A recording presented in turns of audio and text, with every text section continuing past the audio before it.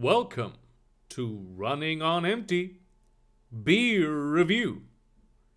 Tonight, we have some very, very special, as at the craft beer shop today. Apparently this stuff is called Gose, this right here, and it's an East German beer brewing specialty. From East Germany, from the Leipzig Riverlands. And it's made with salt and coriander. So it's not a Reinheitsgebot compliant beer, but it's supposed to be very good. And it's done with lactobacillus, so it's a sour beer, like Belgian white kind of stuff. So, of course I'm on time. I'm fucking German. So, this is the first time I'll try this. Let's see how good it is.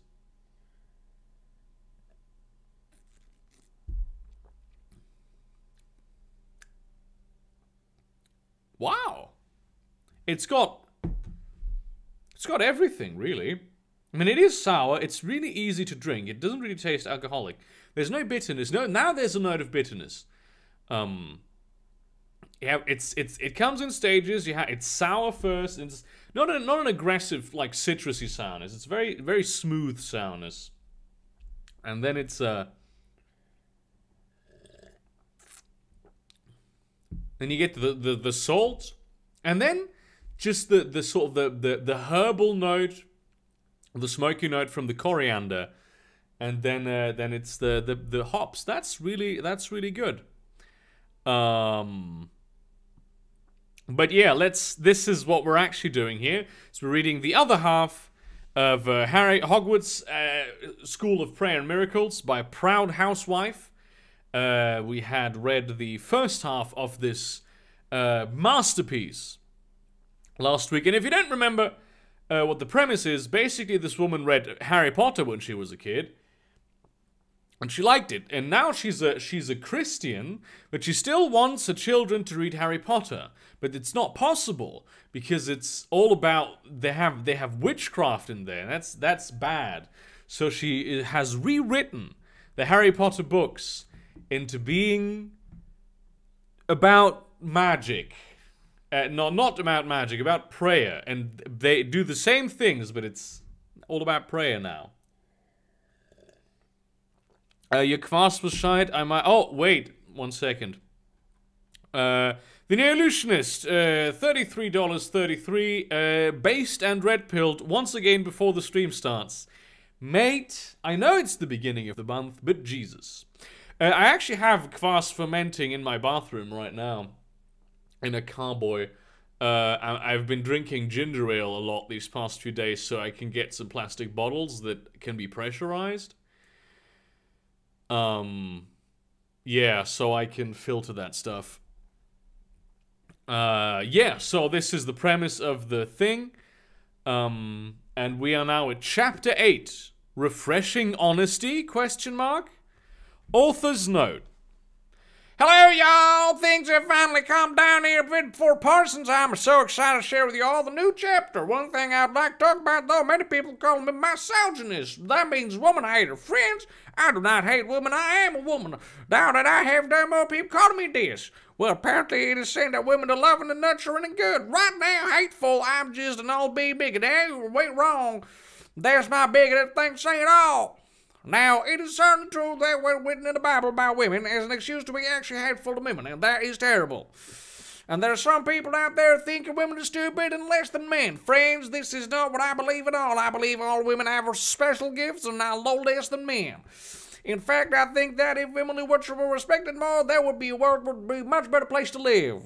And many so-called Christians hate women and think women are stupid, worthless, and God doesn't respect us. Well, there's a certain housewife. Okay.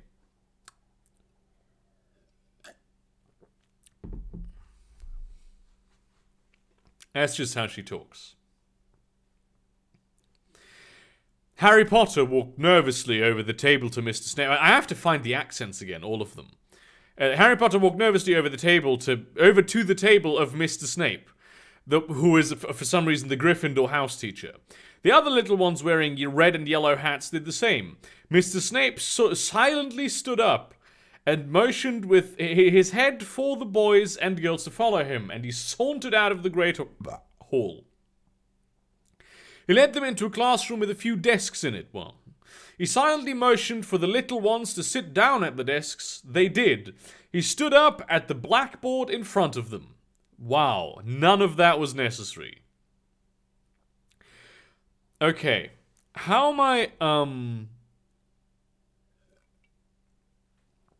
what accent are we gonna give, him? Because I'm thinking, I didn't have an accent for Draco. I had this, like, racist Chinese-Mexican thing that I didn't like. And I thought of giving him the New Jersey accent. But I'm not sure he will ever return. So I'm just gonna give the New Jersey accent to Snape. So, let me get into this. Welcome to the Hogwarts School of Prayer and Miracles, greeted the older but still handsome in a dignified, rugged way amicably. What? The little ones all sat in respectful attention. So you all have chosen the Gryffindor hat? Mr. Snape queried, and he raised an eyebrow. Yeah, Mr. Snape, chorused all the students together. Well, Mr. Snape said, and he drew his tall, strapping form to its full impressive height. She had a fucking crush. I would like to say that your choosing will make you happy, or that your lives will be easy, but I will not lie. There are dark forces in the world, and they do not like Christians. And when I say Christians, I mean Gryffindor heads. They love the Hufflepuff heads, because the Hufflepuff heads believe everything these people say and slap the label Christian onto that philosophy. And so the Hufflepuff heads make it easier. The Ravenclaw heads, these people claim not to like, but then they pretend that the Ravenclaw heads extremism applies to all Christians, so the Ravenclaw heads help them. All the it's not easy to say the fucking Harry Potter houses with a New Jersey accent. Much less one that is as not good as mine. Harry frowned confusedly after the Reverend Dumbledore, by the way, he is referring to. After the Reverend's acceptance of all the hats, he wondered why Mr. Snape was addressing things so directly. He found Mr. Snape's honesty refreshing, but he also wondered oh my god, she does this thing, right? Where, you know how you sometimes in a book, you have a word, then a space, and then like a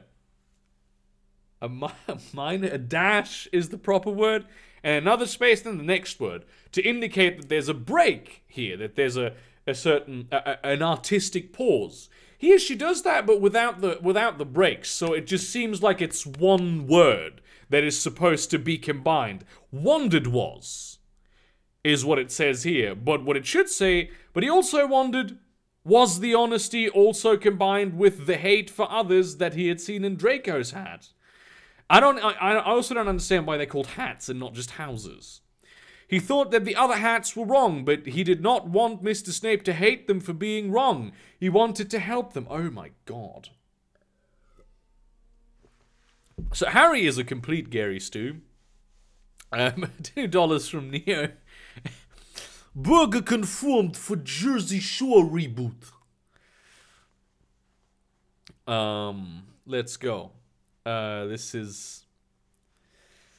And then, of course, is the Slytherin hats.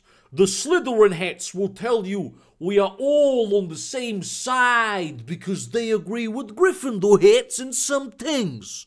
But do not be fooled. Their leader is working with Voldemort. Oh my god, Voldemort is amazing. Voldemort. A shocked, horrified gasp echoed throughout the classroom. Harry slapped his hands over his mouth in an attempt to contain his horror, but he was still... Is this horror just coming out of his mouth? Is he vomiting horror? What's happening here? But he was still shocked. His new friend not only worshipped a goddess, but he was also now in cahoots with Voldemort. The Slytherins, by the way, of which Ron is one, They're Catholics, apparently, as has been explained to me. The little ones all gasped again. This time, they were even more horrified for no reason whatsoever. From the back of the room, a clean-cut, respectably dressed young boy raised his hand. Oh boy. They added a character that got almost no screen time even in the books, and now I have to come up with an accent for him. My German accent is very bad, so let's give him that. But what about the Constitution? Dean Thomas questioned articulately. Doesn't he care about the First Amendment? Mr. Snape shook his head sadly. I'm afraid not. And Voldemort is working through him and using them all. Before long, all our freedoms will be gone.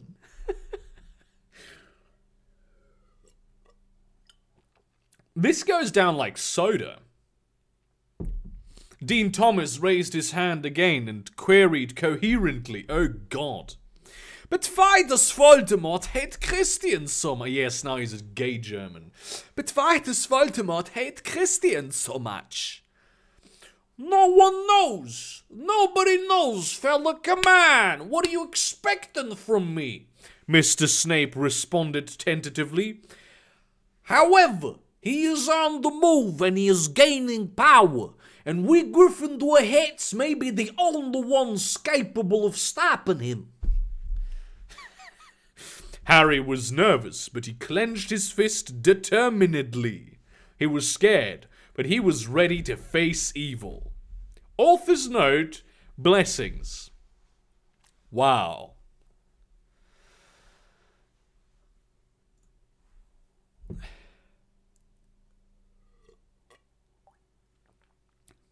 Chapter 9. A Letter at Dinner. Author's note. Hello, y'all. I apologize for how long it took to get this chapter out, but I have good news. Starting tonight, I will be taking a beginner's writers course at Lowell Community College. Oh my God. Thank the Lord for you taking a beginner's writers course at the local community college. Through all the hate from evolutionists, feminists, and Romanists, there has been some legitimate criticism of my writing skills. My mother did her best, and she certainly did teach me a lot, but grammar was not her area of expertise.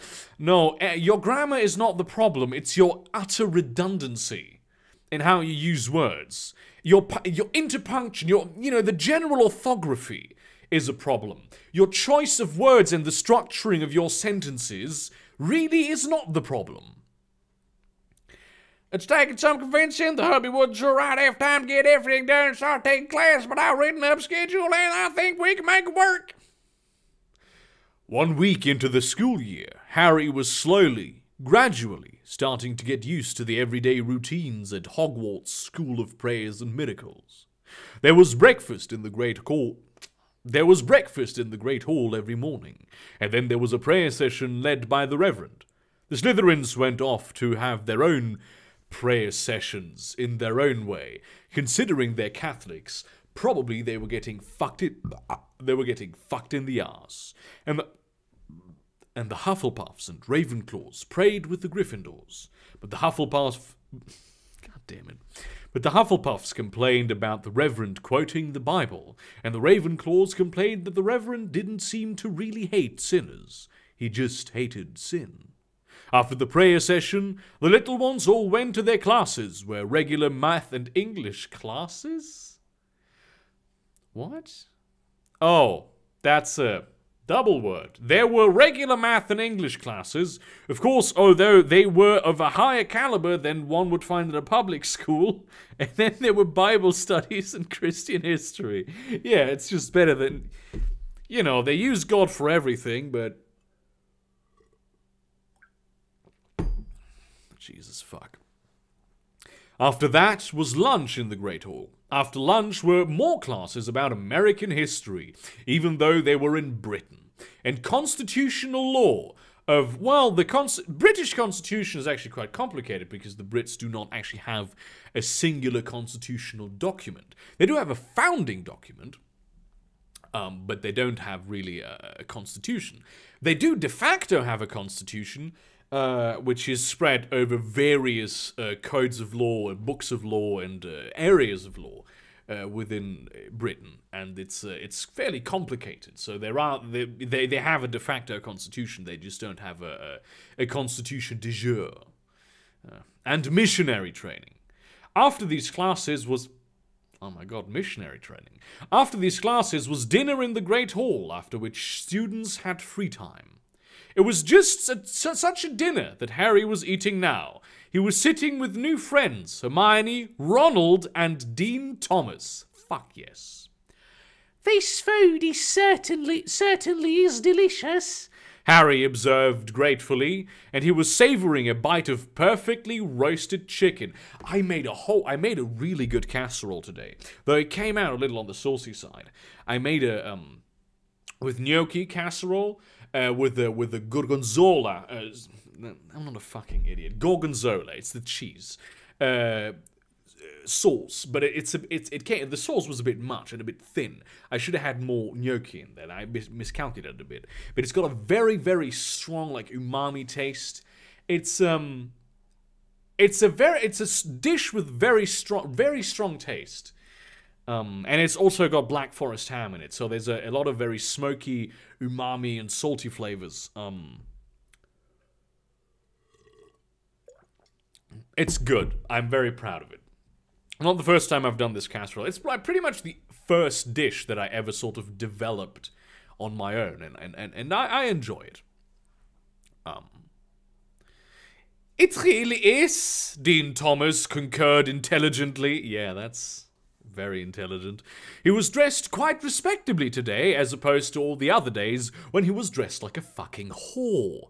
And he was wearing a button-up shirt and clean blue jeans, and his hair was neatly combed. Hermione nodded in agreement, and the yellow bow she had tied in her hair he tied her hair back with bounced up and down. Jesus. Ronald grinned widely, but remained silent as he shoved another handful of deep-fried Brussels sprouts into his little mouth. Oh my, there is something wrong with this kid. Ronald ate breakfast and lunch with his family, but he was eating more and more dinners with these Gryffindor friends of his. It never ceased to amaze him just how nice they were to him, even though he wore a different hat. A little unconditional friendship can really go a long way in a person's heart. It was then that a bunch of beautiful people with wings wearing glowing white robes swooped in through the Great Hall's huge windows. Yellow halos hovered over their heads, and they wore brown leather satchels around their shoulders. They gracefully reached into the satchels and gloriously flung hand grenades, envelopes with anthrax, just envelopes down to the students below. These are fairies, obviously, and not angels. Oh, it's Beardy is back! Hello! Yeah, I'm deep fried. Why Brussels sprouts is something that with all my trying things out, you could put insects in front of me. I would try that shit. But Brussels sprouts are just disgusting and they shouldn't exist. I actually have eaten insects. It's pretty good, actually, if they're properly spiced.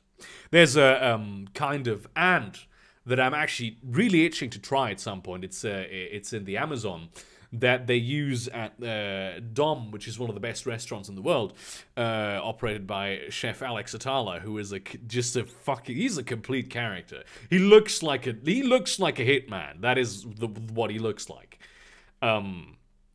And apparently it's got a very strong lemony flavor. And you eat this and you think it's been seasoned with a lot of like lemon or lemon zest, and there's no lemon in there.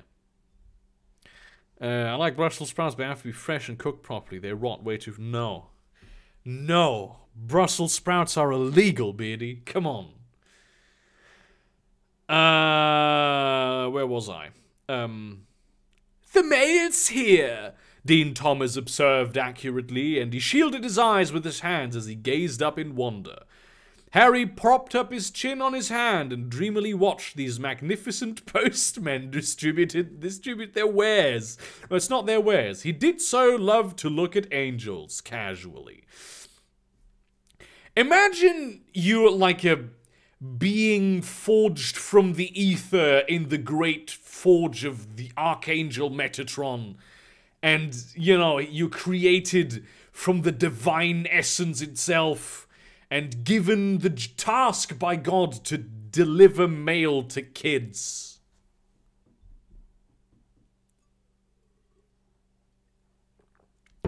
Like what?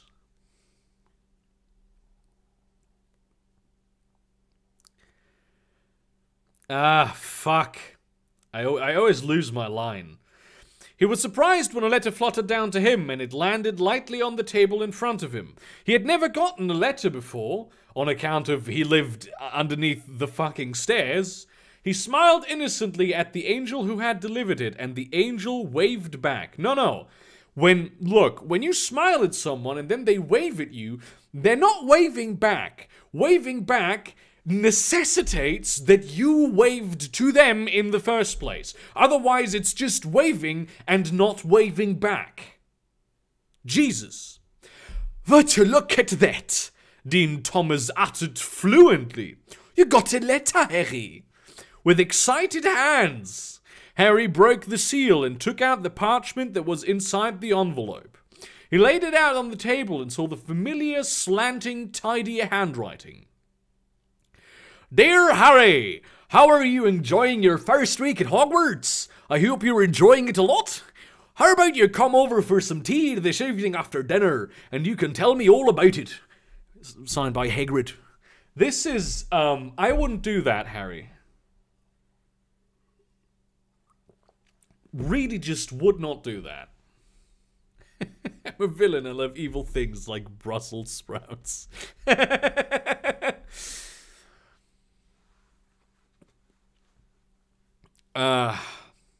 Harry smiled as he folded the letter and put it back in the envelope. Good old Hagrid. What does it say, Harry?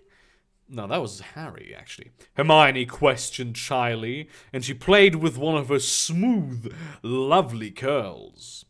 Hagrid wants me to come over for some tea, Harry reported excitedly.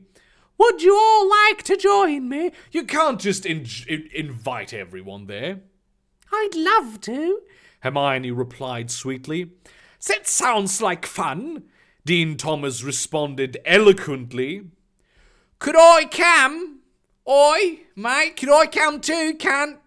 Ronald asked tentatively after he swallowed his Brussels sprouts. Harry, Hermione, and Dean Thomas exchanged a knowing look, and then Harry answered kindly. Of course you can.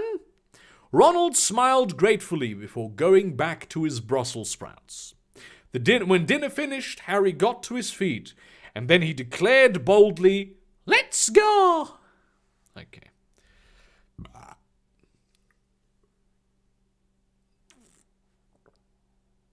This is really good. So, next up, I'm giving you guys a choice. Between I bought one that I already know. I've already drunk that. It's a smoked beer. It's they smoke the malts like you would smoke meat or fish. It's also a German brewing specialty from I think Thuringia.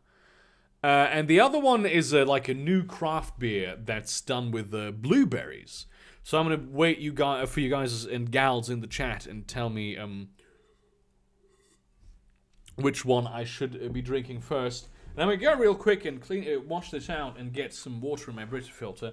I mean, the kitchen is in the same room as my computer and my living room because that's not a particularly wealthy person, but you might not actually be able to hear me from this distance.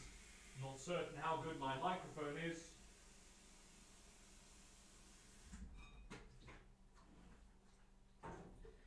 No, it's very unprofessional, but that's just who I am, Mr. Unprofessional. please, if you have given me some of the information. Blueberry one. I will drink both. Okay, so...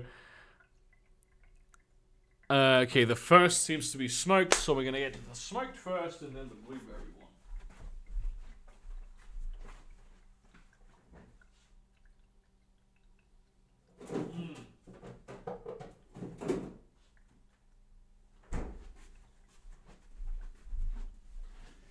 Just when I open my fridge, the sheer taste, the power of the umami that hits me from that casserole is just...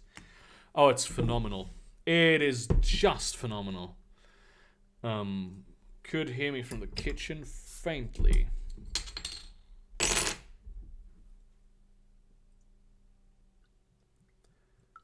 get some of this. This is actually, I really like this stuff. This is the, there's several degrees of this. This is the one that's more traditionally made, so it's a lot smokier. And the magic thing about smoked beer is that it tastes like ham.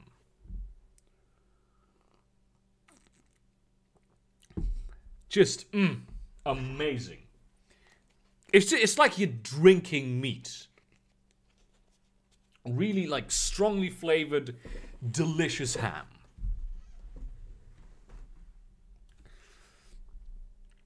Though I think I should have cleansed my palate, because this is a bit...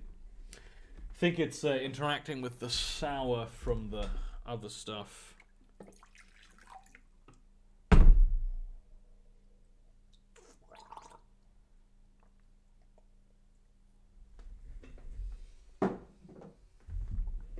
This is a very good hybrid format.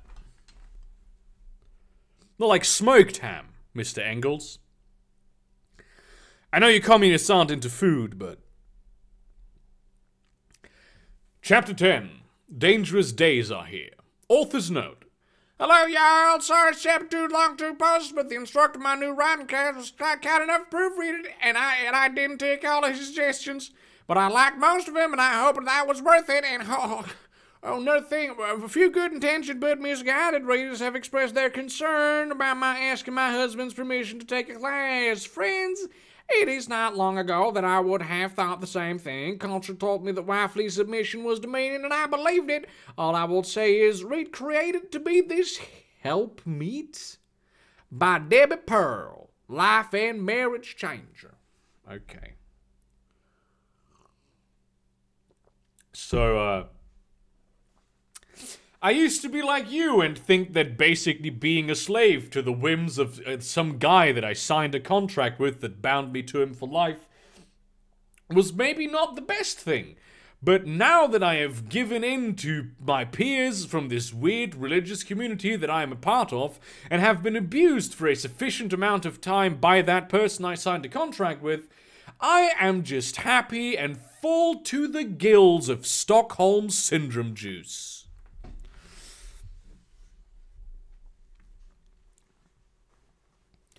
Hagrid lived in a lovely little house on the edge of the Hogwarts campus.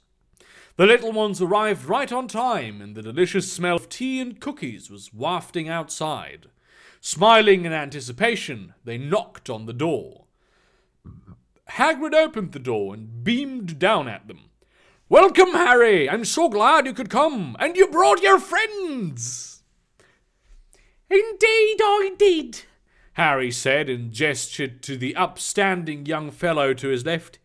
"This is Dean Thomas, a Gryffindorat." "Pleased to meet you," Dean Thomas said intelligently. Why? He's like some guy. Hagrid smiled at the little one, impressed at the fact that he speaks the sentence, "pleased to meet you." "This is Hermione, another Gryffindorat," Harry said, motioning toward the girl to his right. Hermione smiled shyly and waved. Charmed, Hagrid waved back. This is not good at all. She's a girl, Hagrid. You're a giant. If she got it to her toes, If she got up on her toes, she wouldn't be able to even reach your dick with her hands. That's how large you are, Hagrid. Plus, she's the daughter of the headmaster, Reverend Dumbledore. The fact that you don't know her, even though I think you had dinner with her and her family, not like in the second chapter. This is a problem.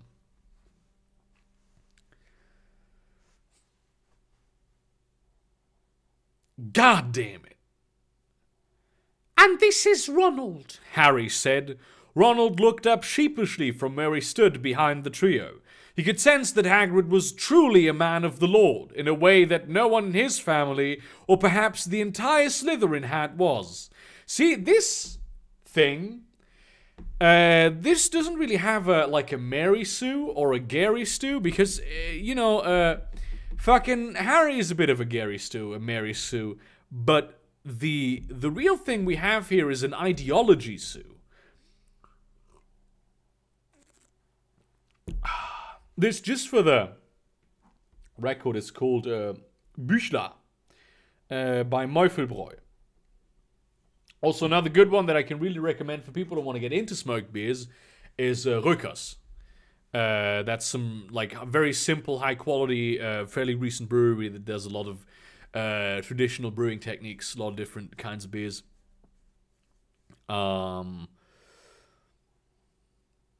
So we have an ideology Sue here. It's that the Gryffindor ideology, the particular branch of Christianity that is the stand-in for what Proud Housewife believes in,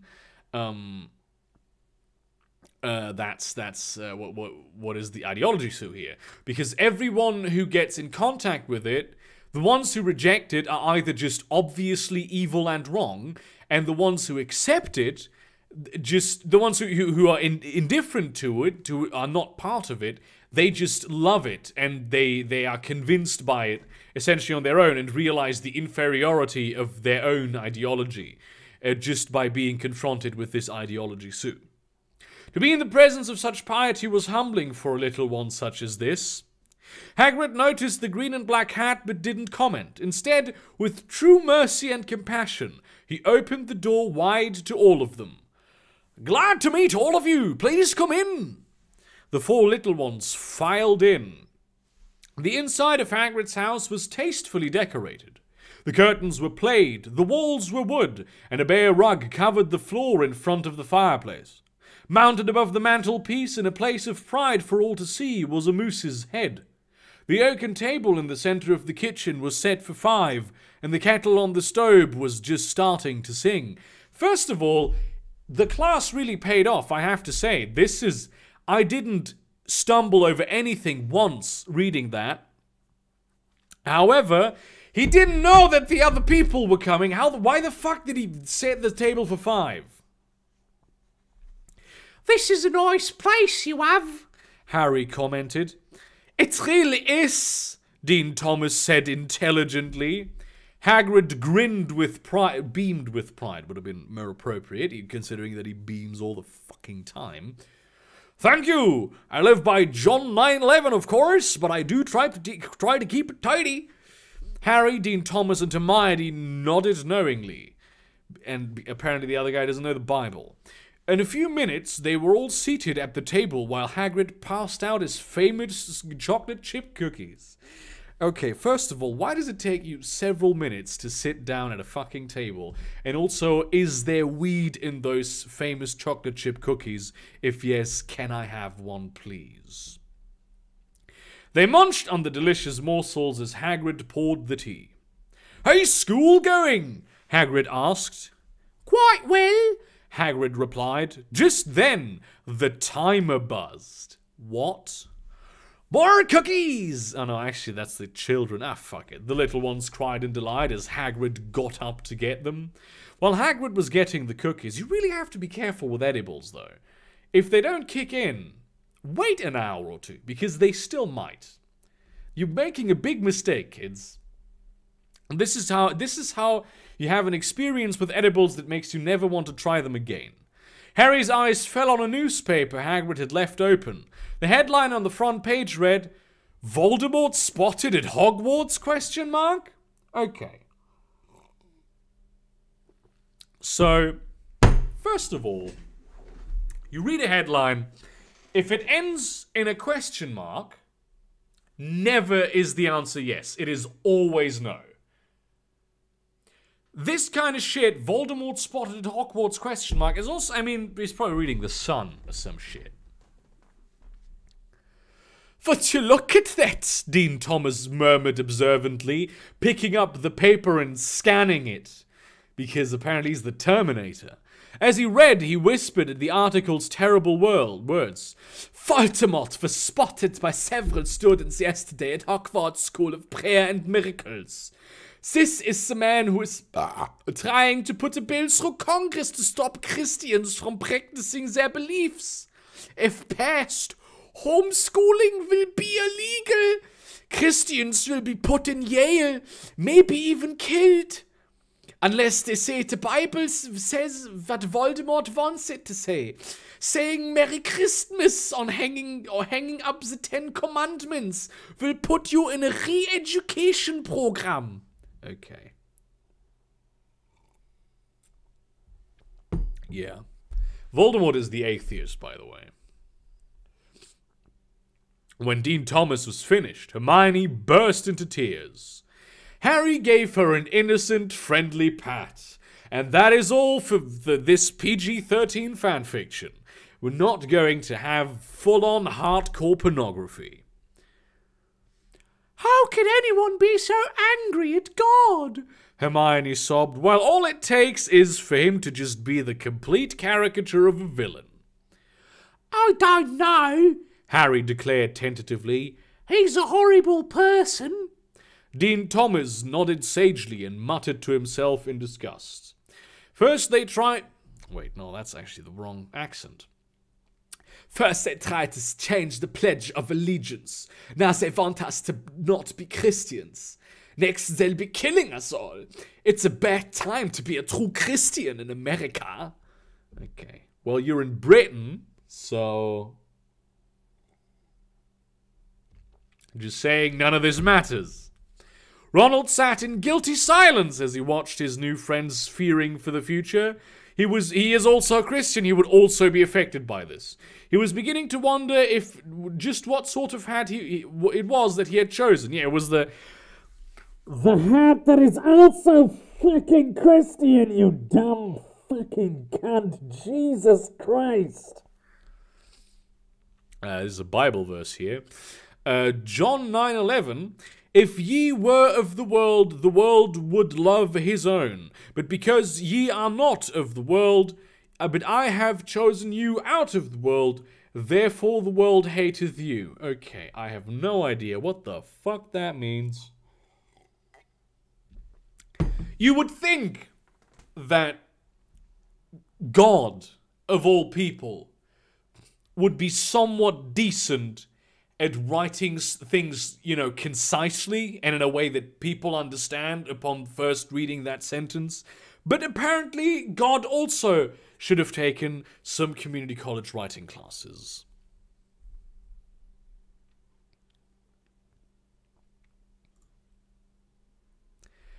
Chapter 11. A challenge. Author's note. Hello, y'all! Writing class is going quite well, and I stayed after dark this time talking to my teacher about my little story, which he has been so kind about helping me with. He has lots of help, very helpful suggestions, and I truly think that I've been guided to do this class by purpose greater than my own. Another thing, I've forgotten many messages about the Slytherins. People saying that somehow this means I hate Catholics. Friends, I do not hate Catholics at all. I just portray them like complete pieces of shit. All I want is for Catholics and everybody else to go to heaven and be happy with God. Do you want to be the one truly hates Catholics? The so-called Catholic Church? Ironic. But think about it. Why else would they lie to Catholics about salvation? And did you know their leader is a socialist? Wait, who is... Wait a second. Okay. List of popes.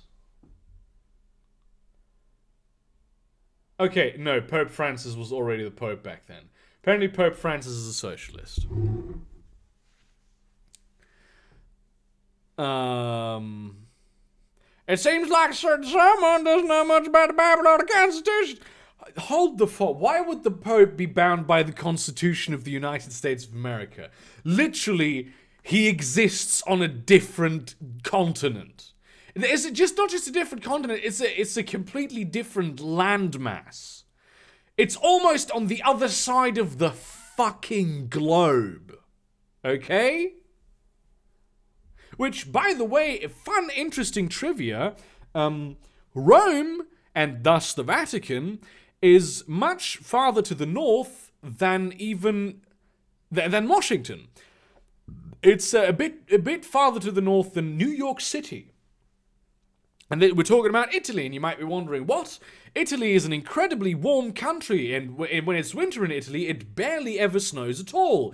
And this is actually true. It is the Gulf Stream, and especially in the case of Italy, the extremely great regulating factor of the Mediterranean Sea that makes for the extremely mild climate. We up here, I am far, far to the north.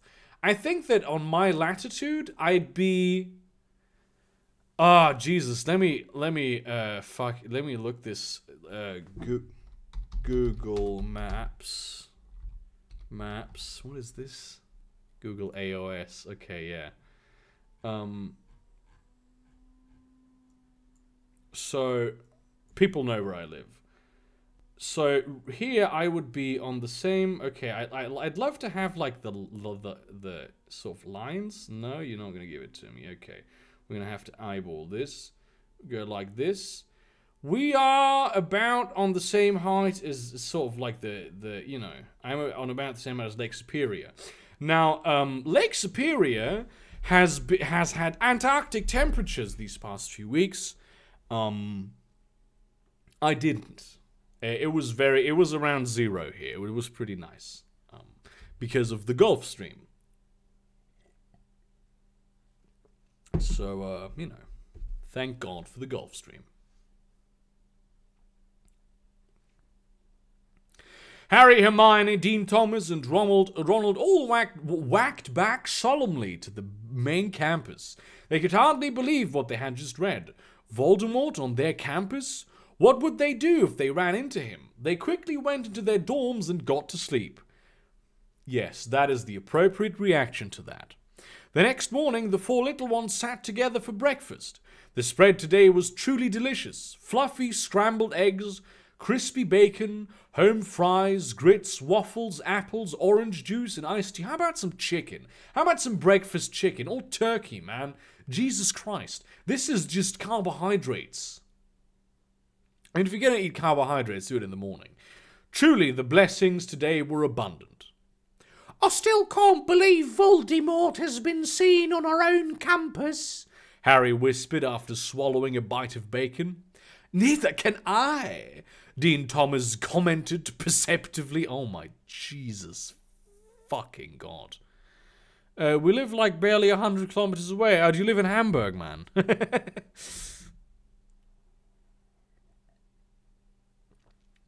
Hello, Claudio. Bye, Claudio. Love.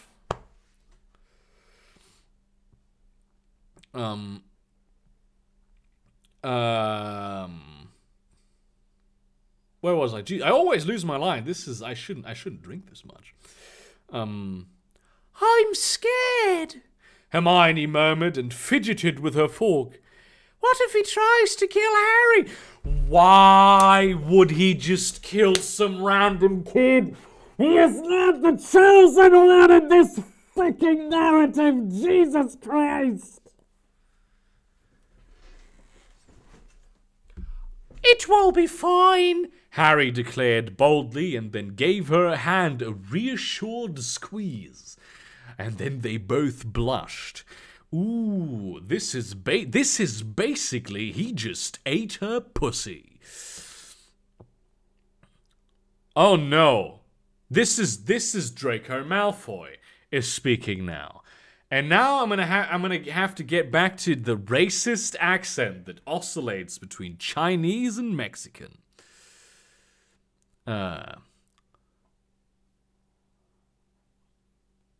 What are the four of you gossiping about? A voice said.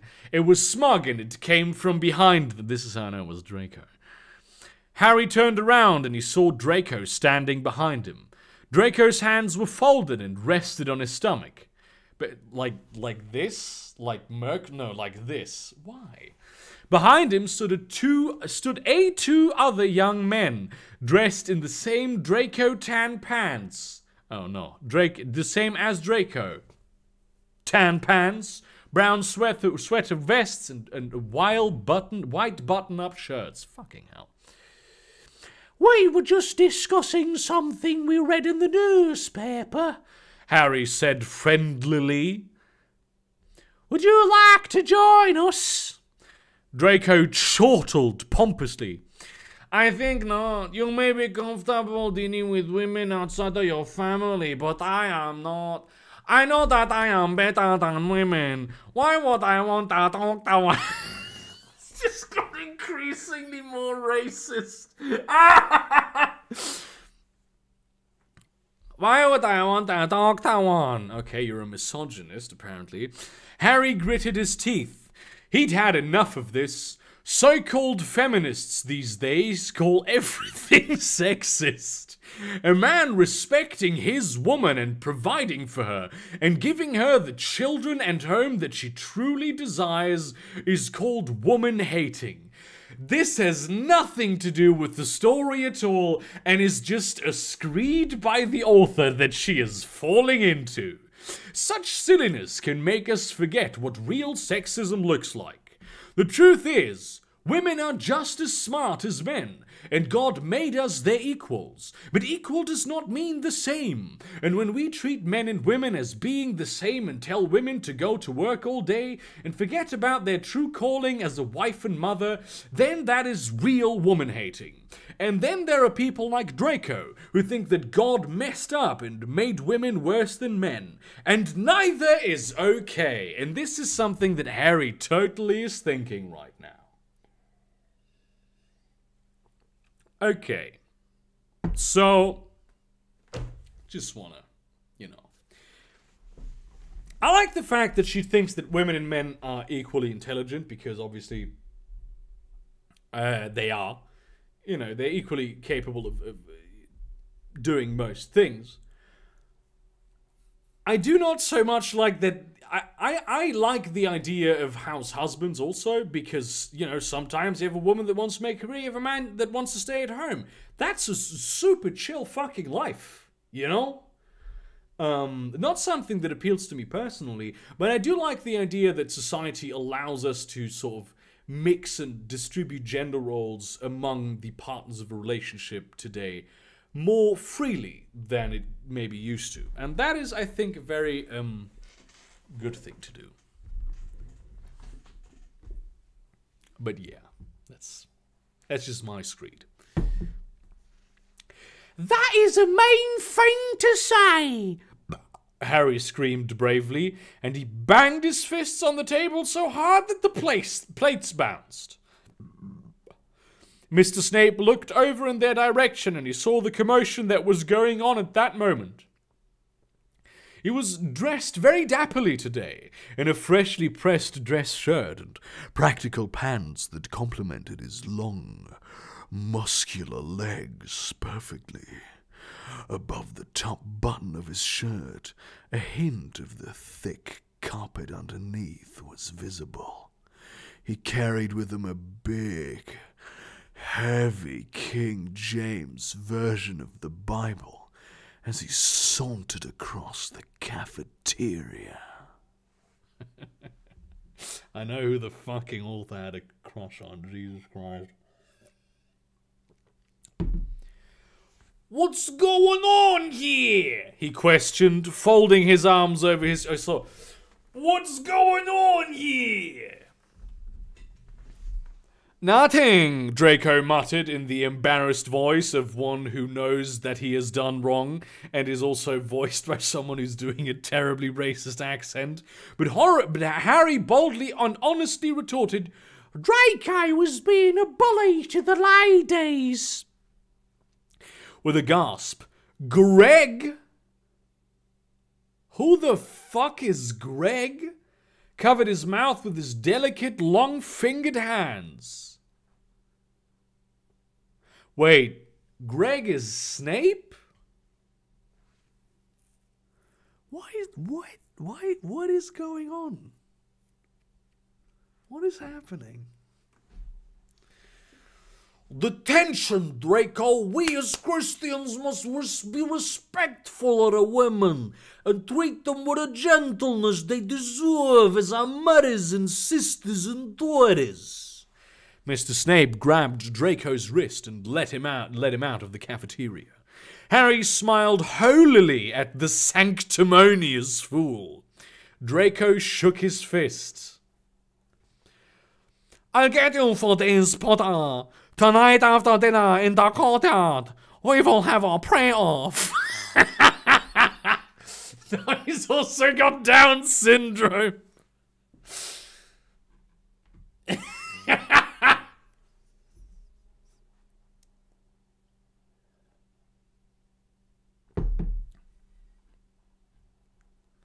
Oh, this is just a very short chapter. Chapter 12. No title.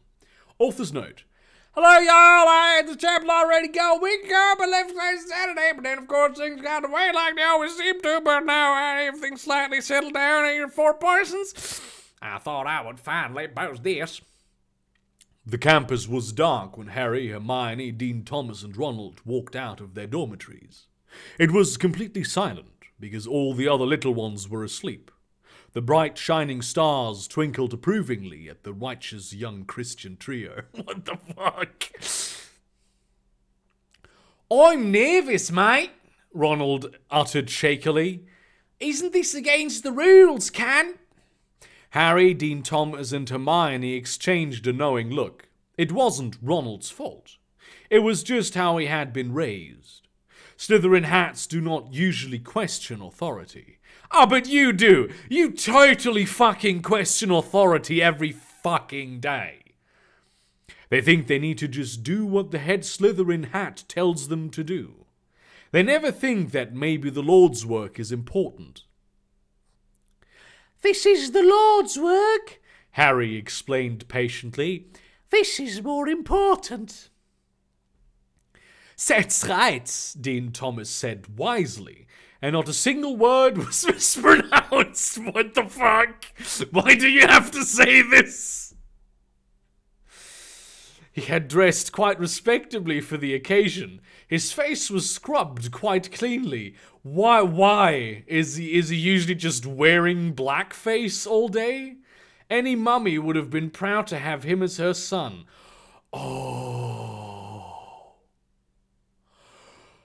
Oh my God! This is one of her children that she is inserting into the narrative, and it's the disappointing child that's not being a real good Christian, and that's questioning her authority as a mother, and that's sometimes dirty, and she's constructing this fictional version of her so she can get the fictional gratification of not having failed in her eyes as a mother, even though what she is doing right now is the very act of failing as a mother. Okay. Aye, Ronald murmured wonderingly. He had never thought that anything could be more important than following the rules, not even the Lord's work. Ronald was starting to ask the bigger questions. Questions which just might lead him to salvation. Just think what would have happened if Harry had not known to love the sin and not the sinner. To love the sin and not the sinner? What? He loves the sin?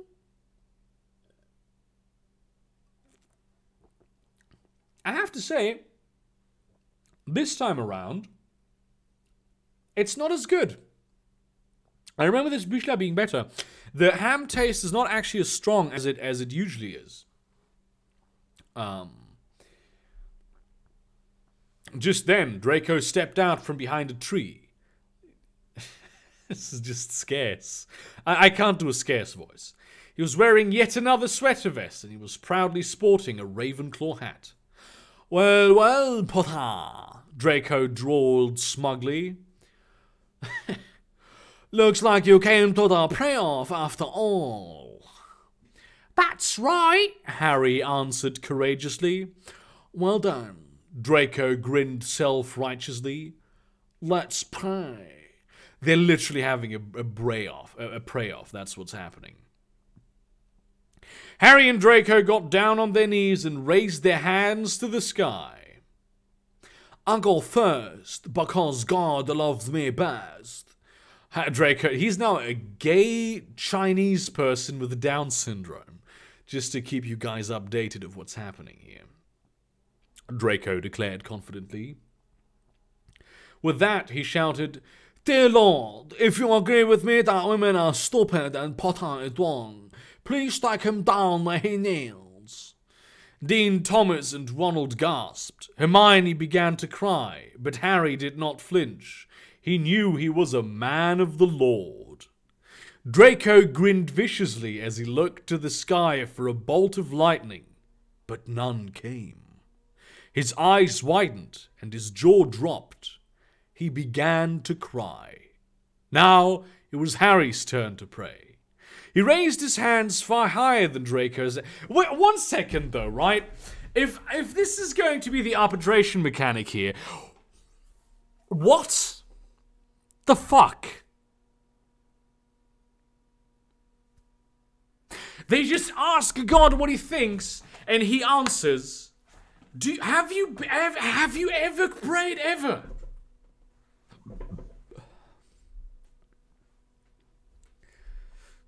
He raised his hands far higher than Draco's had been, and he screamed, he's like this. Ah! And a voice far louder than Draco's had been, which I'm not going to use because it's pretty late here. Dear Lord, if you agree with me that women are just as good as men, but just different, please. For a second, he thought about asking for Draco to be struck down, but then he was overcome with mercy. Please make him a Gryffindor hat. At that moment, the hat on Draco's head changed into a red and yellow one with a lion on it, and the tears rolling down his face were not sad tears. They were happy tears.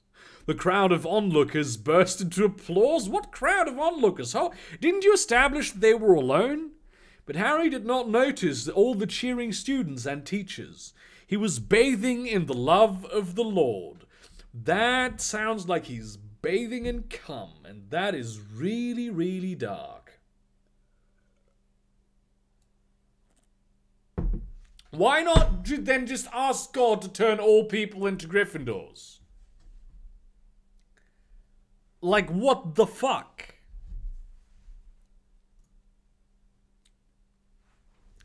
Chapter 13. This one does have a title. A Visitor to Hogwarts. Author's note. Hello, y'all! Many of you have notified me about the typo in the last... Yeah, the one typo in the last chapter. Oopsie!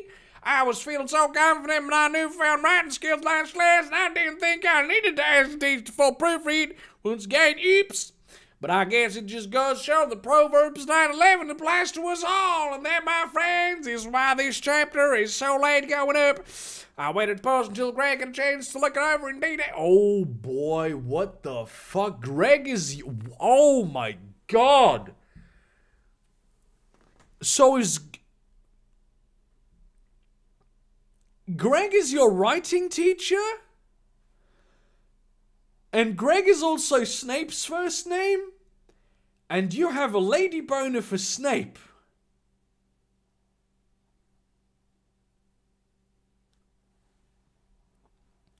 He says I am definitely improving, but he still says I have some suggestions. Hope y'all enjoy. This also is a fairly short one, it seems. The cheering crowd converged on the two righteous boys.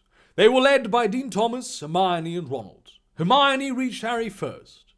Joyful tears were streaming down her face, and a lacy pink skirt was swirling around her legs.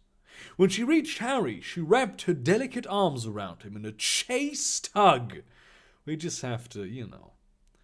Give me that Christian side hug. I was so scared, she whispered tearfully. Of what?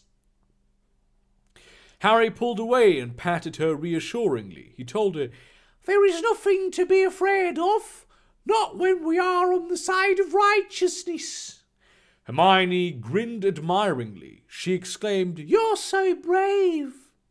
Harry smiled humbly and blushed and rubbed the back of his neck like a shy schoolboy, which is exactly what he is. So you can't say that he is like something when he is that exact same thing. I can't do this. Oh!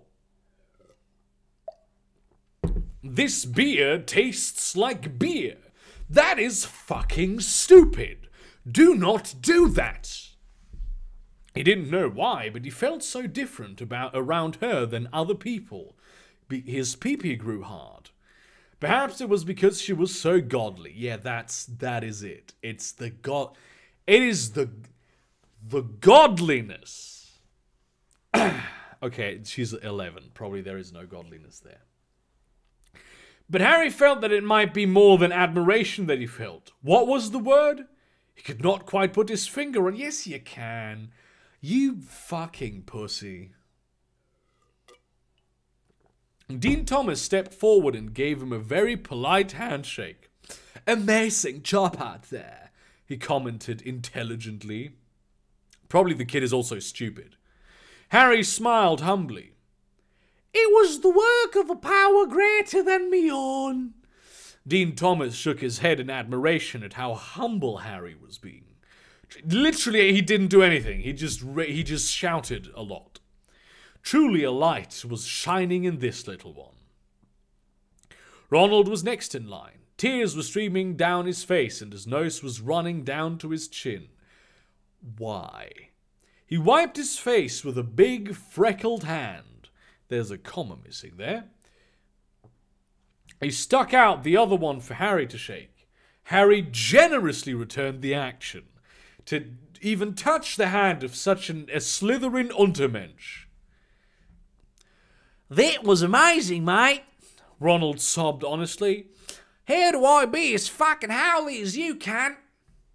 Harry, Dean Thomas, and Hermione exchanged a knowing look. Which accent do I pick for this? Maybe, they suggested. That has something to do with the hat on your head. That I'd never done anything of. My pee-pee hard when I look at Anime Girl. What do I do? Well, just abort yourself, Caleb, because it's too late for you. And I say this completely unironically and without the slightest hint of sarcasm in my voice, as you can definitely hear.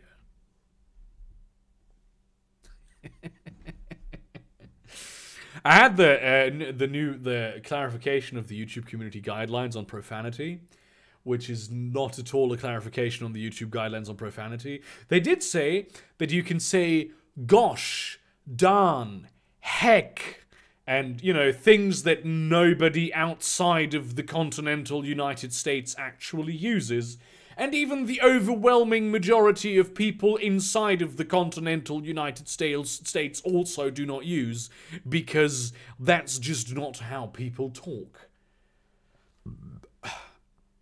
I have, however, been informed that, there has not been a normal, not Southern American accent because it's just boring.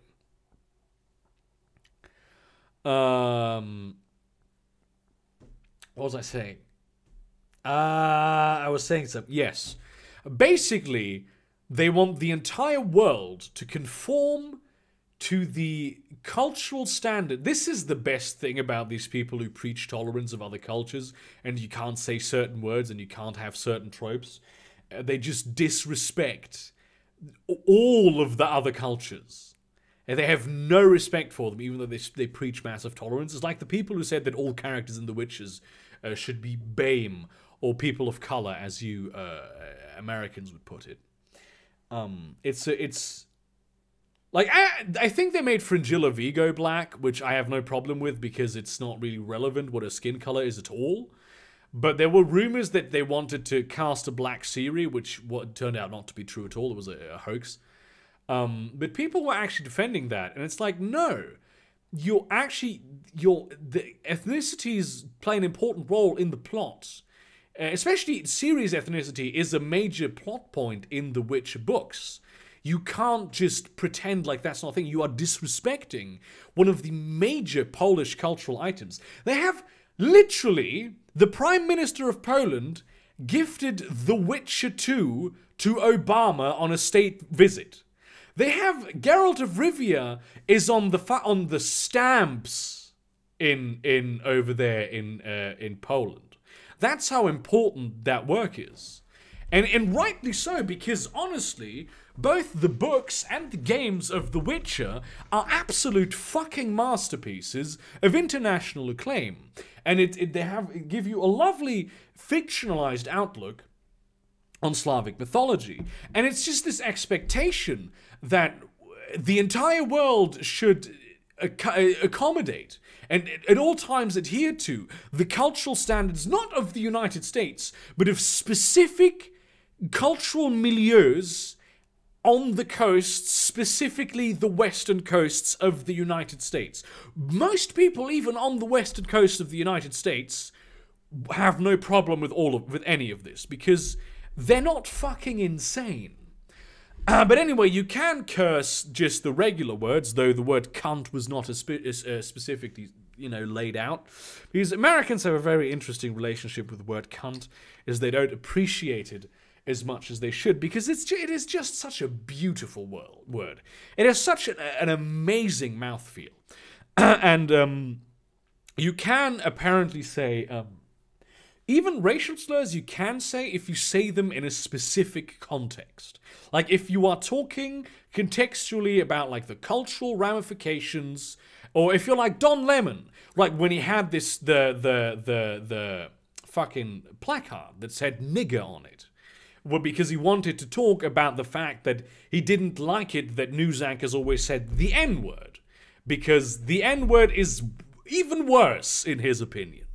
At least that was the point at the time I think it was trying to make. The important thing is that you do not curse excessively in the first 30 seconds of your video. I don't understand why that is, but okay. You can curse as long as you don't curse excessively in the first 30 seconds of your video. And if you do censor everything, you do get away with pretty much everything that isn't a racial slur. Yeah. But the word cunt is pretty nice. And I think you Americans don't appreciate it as much as you should. Yes, let's go. Okay. Ronald got a thoughtful look on his face. His many siblings were too many for two parents to care for. Did not look like of that. Did not like the look of that. Okay. Altogether, they walked over and grabbed Ronald and pulled him away. Harry, Dean Thomas, and Hermione were sad. Why is he always Dean Thomas? Why not just Dean? But they hoped in their hearts that their words of truth would plant a seed and grow. But before they could think too much about that, a car pulled into the parking lot. Wait, what? It did not look like the car a busy mummy or daddy would have. No, this was a so-called eco-friendly car. Is it a hybrid? Is Elon Musk showing up? Harry, Dean Thomas, and Hermione looked at it suspiciously. They did not know who could come out of it, but they got the feeling it would not be someone good, because anyone who doesn't want to murder the environment can't be a good person. I'm black, and the phrase "the N-word" is funnier than actually saying it. I remember the Louis C.K. bit, and where he said, saying the N-word is just white people getting away with saying nigger. And that is exactly what it is they make you say it in your own head. They're saying the exact same thing. They're just trying to... There was this beautiful John Mulaney thing. I think it was about the word retard. He wanted to put the word retard in something. And that he was a writer at some Saturday night, late night sketch show. And he wanted to put the word retard in something. And some guy from corporate came down and said, no, you can't use the word retard. That's even worse than the N-word. And it's like, Okay, if you're comparing the badness of two words, and you are not willing to even say one of the words, that is the worst word. It is that one, not the other one. Like, Jesus Christ. I do like the fact that I shouldn't go on these tangents. I do like the fact that electric cars are going to become more economically viable for the individual in the near future. Okay. Let's go ahead and find our line again, because whose line is it anyway? Always mine. This is my hell. But before they could think, oh no, it's the okay. The car stopped. The door opened. A man stepped out. He was tall and pale-skinned. Oh, evil Whitey. He was a younger man with only a thin layer of hair underneath his shirt. She's really into chest hair. I'd have a chance with this woman. He was wearing a t-shirt and sweatpants and sneakers. Neo says, look up Anthony Jeselnik's bit on standards and practices. Yeah, post that in maybe VIP chat. And I'll remember it later. No one seemed to take much notice of him, but the Reverend's wife stepped onto the scene. She screamed, she fainted, all in a Scottish accent, by the way, and the sound of her cry for help. Help! The Reverend Dumbledore came running to the rescue. With so many so-called pro-women's rights people think that Ephesians 4:20-69 is just about wives being submissive. What they don't talk about is that it also tells the husbands to sacrifice for their wives. Wow. Does that sound oppressive? When he saw the man who had gotten out of the car, he stopped and gasped. And then he shouted, wait, what was his voice? What was the accent again? Okay, yes. Stand back, students. No, wait, it was the... Stand back, students. This is Voldemort himself. Author's note, lessons. Okay. Now, Proverbs 9:11 says, pride goeth before destruction, and an haughty spirit before a fall. And Ephesians 4:20-69 goes, wives, submit unto your own husbands as unto the Lord, for the husband is the head of the wife. Even, is this like a human centipede type thing? Even as Christ is the head of the church and the savior of the body. Therefore, therefore thee as the church is subject unto Christ, so let the wives be their own husbands in everything. What? Be to their own... Okay. Husbands, love your wives, even as Christ also loved the church and gave himself for it. How about partners? Love your partners, even as Christ also loved the church. Not the church, the Christianity and humanity, and gave himself for it. And now, this is the final chapter, actually. And it's slightly longer, actually. Chapter 14, Bravely Defeating the Foe.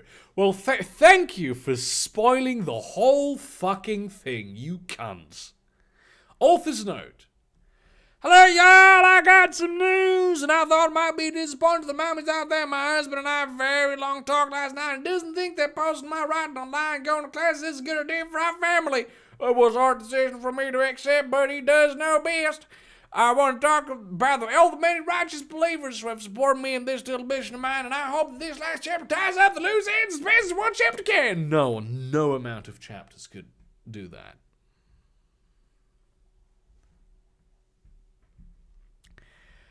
Okay, so apparently her husband forbade her from doing this. In all honesty, I am not convinced that this is a real person. Like, I'm pretty sure that this is a troll in some capacity.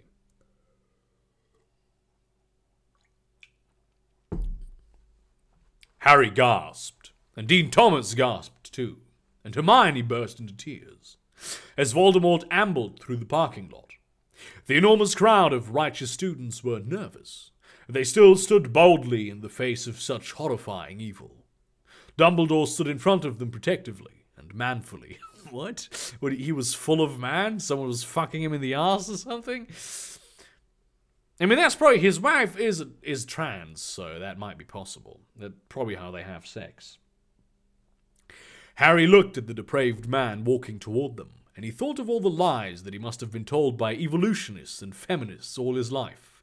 And he thought of the empty, meaningless depravity is the correct word you're looking for, that he would have to have distract him from that missing love in his life.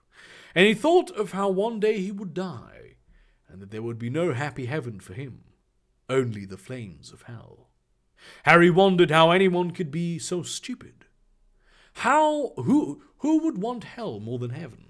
It made Harry so angry. Actually, heaven is hotter than hell.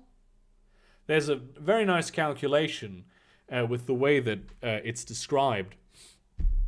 That actually demonstrates that the temperature of heaven is significantly higher than that of hell. So, the husband cottoned onto a crush on the writing teacher. That is probably true. I wish my waifu was trans. Unfortunately, she's invisible and feels like my hand. Oh, Jesus, that is really sad. You're gonna find someone one day. I fully believe in you. Yeah, I think we're gonna be done with the Zoom. Then I'm gonna make a Q&A as I drink the blueberry beer. Voldemort stopped walking when he was in front of Reverend Dumbledore. He arrogantly nodded and said, "Oh boy, what accent are we going to give him? Please, chat, give me suggestions as to the accent that I should be giving the evil Lord Voldemort." That's, I'm really interested in what you have to say.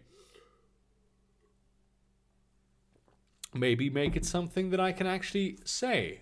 Right now, an accent that I do have in the sideboard is Swedish, but it's only a very specific Swedish accent. It would be more of an impression of Crabfish, the Gentle Crabfish, one of the mods on the Discord server, and also one of the guys in the Shadowrun campaign. But no, Boston. We already have like a New Jersey type thing. I'm not sure Boston. I would want more distinction. Boston. Fuck. There's two of these. Dead from evil Russian. Evil Russian. Posh. Dumbledore's already posh British. Russian, though, is very good. South Carolina. I'm not sure I can pinpoint that. Russian. Okay, let's go with Russian. Hey, my name's Tom Riddle, and I am here to visit my cousin. Which way is the guy's dorm? What the fuck? Enough! Wait, no, that's the wrong set. Enough of your lies! Dumbledore exclaimed bravely. We know who you are. Voldemort blinked stupidly, and then he uttered childishly, I'm sorry. What? Dumbledore smiled smartly. You're pretending to be dumb, I see. Well, I am not stupid. We all know how much you hate Christians. What? I don't hate Christians, Voldemort lied dishonestly. What are you even talking about? You're still pretending to be dumb, the Reverend pointed out truthfully. We know all about your plot to illegalize Christianity, Voldemort. Voldemort blinked stupidly again and questioned evilly. Wait, this is about my Reddit account. What? This is about his fucking Reddit account? What is... Nico, my cousin.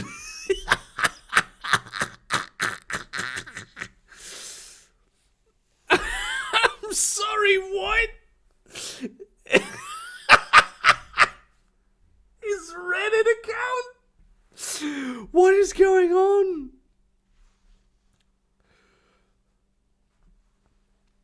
Is that what you call your godless coven? Dumbledore queried knowingly. It's just a website. Well, if I have indeed seen your so-called Reddit account, and just try to deny your hatred of Christianity when you post things like Christians all sucks, with a K and an X. Their religion is stupid and should be illegal.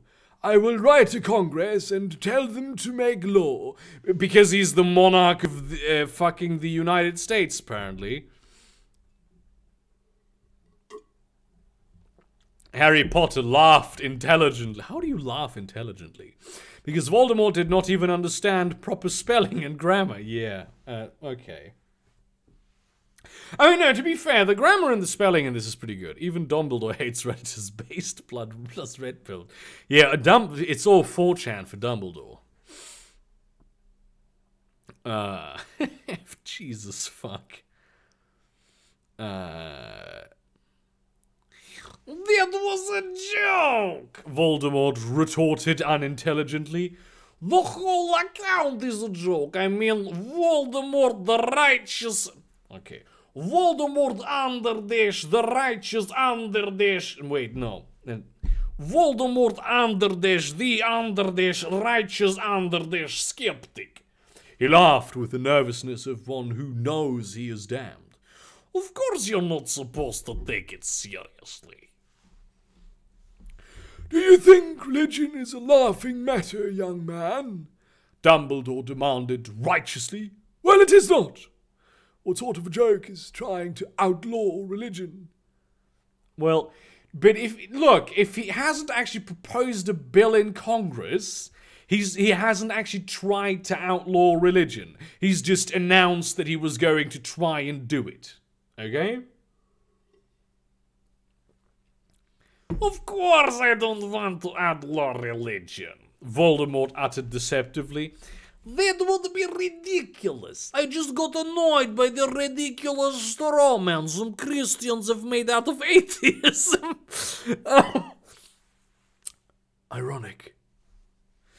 So whenever I see someone ranting about how depraved and evil we non-believers are, I reply with something like that. You know, taking the stereotype to an extreme to point out how ridiculous it is. Is this... Holy shit, this fanfiction is becoming self-aware. Oh my Jesus. Also, a very oh my, oh what, that's actually some next level shit that I don't always do correctly. She does the, fucking, what do you call these? Correctly. Also, a small but vocal minority of atheists exist that stereotypes and mocks anyone who disagrees with them. They can be just as hateful people think we all are, and that does real damage. They bug me as much as the straw man arguments do, and they give those arguments credibility. So do the same thing to them. So I do the same thing to them, replying with an extreme version of what they said to highlight the absurdity of it. That's actually a very reasonable way of doing things. So, you're making fun of atheism? Dumbledore interrogated shrewdly. No, I am an atheist, Voldemort explained sinfully. I'm just as I thought. Dumbledore surmised wisely.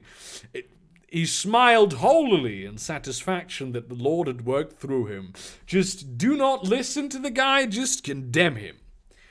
We have been preparing for this day. How? What preparations have you done? And we have been preparing for it for a long time. Students! The holy little one stood at attention. Convert him! Wait, what? Dumbledore commanded bravely, and all at once the student began to shout. You've been tricked by the lies of society! Harry shrieked knowingly. You deserve to burn in hell! Come over here, Dean Thomas screeched articulately. Debate me on religion. Okay. Okay.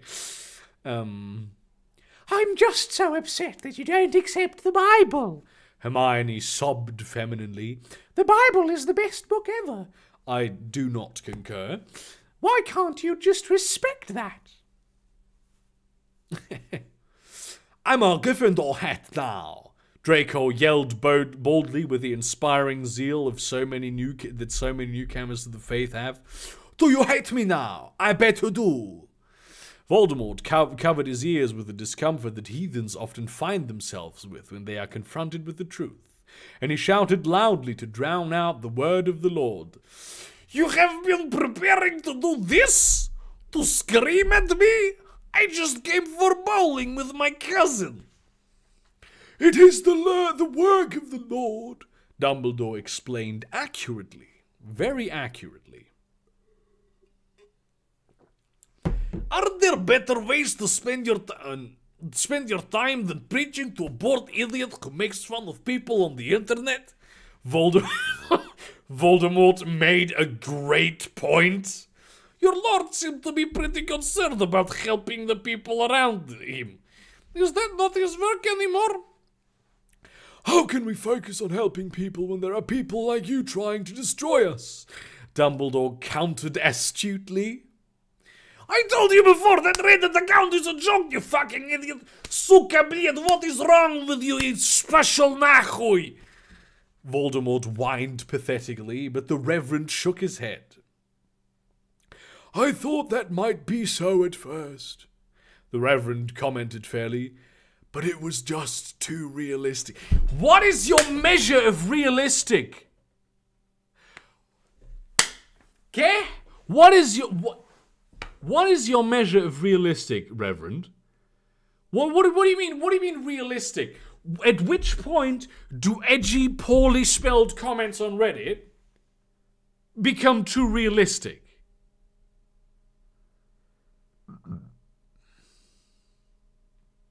Que fazes, filho da puta?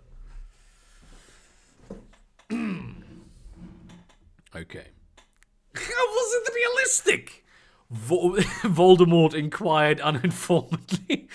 It wasn't even subtle. I waxed poetic about the sexiness of neckbeards and said that Christopher Hitchens has superpowers. It was supposed to be funny, you fucking idiot. How could you take this seriously? Jesus fucking Christ. Now I am becoming a Christian. Dumbledore scoffed, and he replied faithfully, "Like it or not, your little joke is what most atheists today are like." So my Reddit account solidified your conception of atheists as a bunch of anti-Christian bigots who are just angry at God?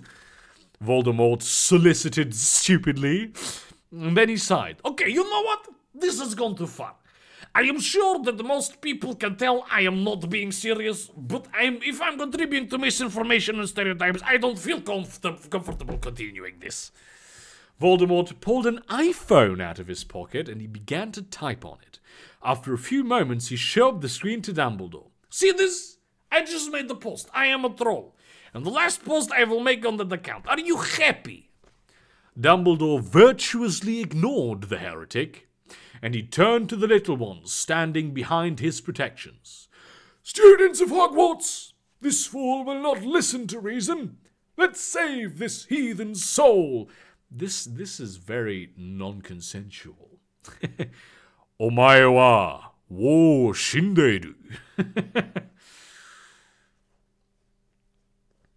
All the little ones got down to their knees, and they raised their hands to the sky, and they screamed to the heavens, in the voices of those who knew they were doing great work. Walk.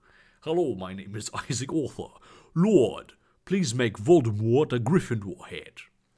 Voldemort sighed wickedly, and he shook his head godlessly, and then he walked away depravedly. But even as the fornicating, drug-addicted evolutionist disappeared into the distance, the righteous little ones continued to pray. They knew that if they screamed loud enough, they could change the world. And that is the end of that fanfiction. And they couldn't even change this. Honestly, this was a very, very good ending. Nani? This was a phenomenal ending. Thank you, my girlfriend, for recommending this fanfiction to me.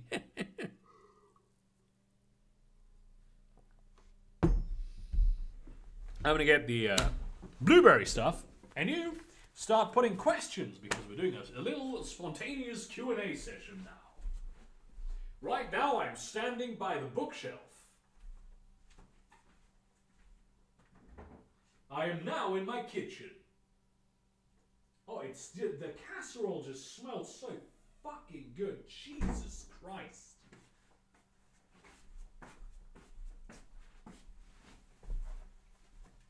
I have this Rick and Morty candle. This simple Rick's candle that someone got me for my birthday. And it is so good. It just smells so fucking good.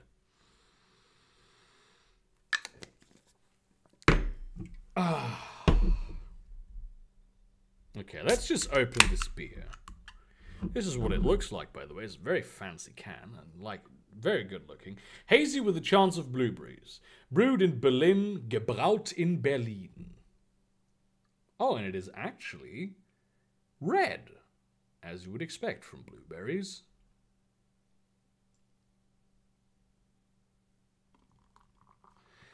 Now, is this... I'm curious, right?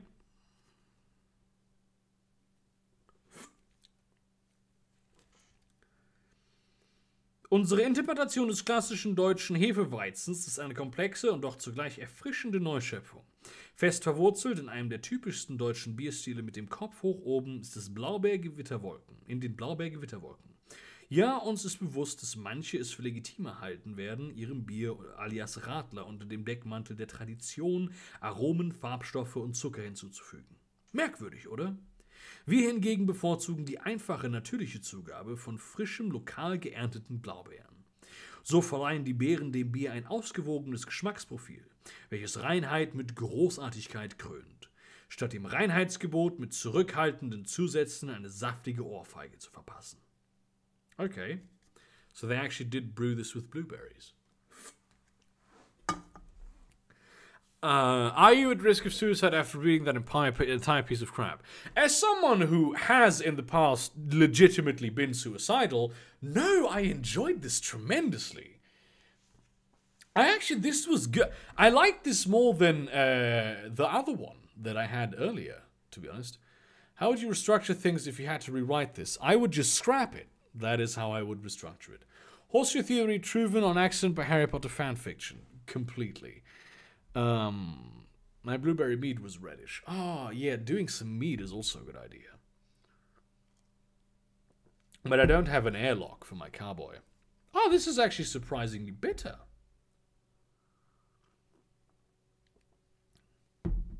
I had expected this to be sweeter. Oh, but it's actually quite bitter. And it has a sour note. I don't taste any blueberries, but it does taste quite good. So... this was fun. When's the next one? I don't know. I might never do this again, but I probably will, because this is pretty good.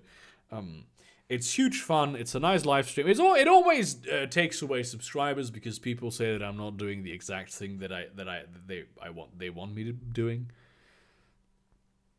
So, but it's fun, and it also it brings me some great super chats, which, considering my financial situation, is really nice. What's the difference between this fanfiction and the original? Literally everything. Like everything. Everything. Have you ever written fanfiction? Yes, I have written fanfiction. There is right now a fanfiction novella called Gilded Moon available on the Who is Betty channel as an audiobook. That's a Shadowrun fanfiction.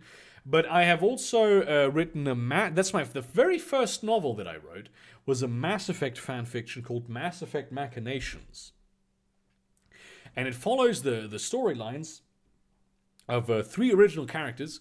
One of them is Flavio Canetti, an Italian, a Roman N7 major who was convicted of war crimes and is being shipped off to a special Black Ops group of the Alliance. Daria Camilla Edwards, called DC by her friends, was an archaeologist that found a mysterious artifact. And Nex Dulior, who was a freshly made Turian Spectre with a lot of very idealistic views of the Spectres as an organization, who is given a very interesting mission, and all of that goes into one. It's not... See, I edited it recently a little bit, because my girlfriend played fanfiction. Well, she played Mass Effect, and she does read fanfiction sometimes. Yeah, I fixed that up a little bit It's not very good. Maybe I will release it to the public one day as like a joke, but it is the very first actual novel that I wrote. And I like fan fiction. I am currently writing fan fictions. Mostly Shadowrun. I have one that I plan on coming out this year called Tudo Bem e Você, which is set in Brazil. And I have a couple other ones in the works. I think fan fiction is a pretty great thing. What do you think happened between the writer and a writing teacher? Well, Beardy, yeah, I'm not sure. I do actually really want to know. Maybe he had the chest hair, a thick black carpet of curly chest hair, and just the top button of his shirt was slightly open, and she could not. Her housewife instincts were overwhelmed by the dark beast inside her, and pretty much that's what happened. Snape tells Harry not to use black magic. Harry is reading a book on black magic, and Snape, am I joking? The Fatfools Thursday happening tomorrow. Yes. Would you write a novel set in the Metro universe if given the opportunity and blessing of Glukowski? Possibly. I know that there's a Metro 2035 out there. I did really love Metro 2033. I did not like 2034 at all. I hear 2035 is better. And I hear that there's a lot of Metro stuff going on in other, other Metro systems around the world. I mean, one of my recent short stories, Boreas Returned, is set in significant parts in the Paris Metro. But yeah, generally, like in principle, I would definitely do that. But I do have a lot of my own stories to tell. What would be your reaction to Burgerkrieg fanfiction asking for a friend? I would probably be terribly horrified. No, I encourage fanfiction. I encourage fanfiction of me and all my work, I suppose. I mean, it's probably going to be horrible, and I'll get cancer reading it. But I really think I did a video on this, that I really believe that fanfiction is a great thing. And if anyone actually writes even if it's just about me as a character in like the context of the YouTube channel, that is pretty much one of the greatest honors that you can receive as a content creator. And I genuinely believe this. Have you read the Nightwatch books? What are your thoughts on the two movies? I have, actually. The Nightwatch books are on the bookshelf. I don't think I've read all of them. I read them in German. I actually really liked them. I really liked them. I know that the films had nothing to do with the books. I mean, they had a lot to do with the books, obviously, but there were a lot of strange different. I love how in one of the books he mocked the films. The author, it was Sergei Lukashenko, yeah. Because in the films there was this scene where they were in this sort of truck, and the bad guy, which is not, it's very grey on grey. It's like Zebulon, I think was his name. It's a very grey on grey situation. And he was standing in the street, and somehow he lifted them over himself or something. And he was dressed like a hobo for some reason, even though that's not at all who Zebulon is. He had a thing where one of the Semyon, I think, was it, who dreamt that scene in the film that was really dumb. So yeah, Nightwatch is fucking great. I would read Burgerkrieg fanfiction on livestream. I wouldn't, so Beardy, it's all yours if you're interested in that. Would you be interested in reading a story set in a corporate world society? Like, I mean, that's just the whole cyberpunk genre, isn't it? Wächter der Nacht, Wächter des Tages. Yeah. I mean, I don't think I think a bunch of new ones came out over the years that I haven't read. But I recently finished my first book, pretty proud of myself. Still have to edit and copyright it before I do anything with it, though. I mean, it's pretty easy to copyright it, though. The editing I always find editing to be the easiest part. I think the first draft is the most difficult thing.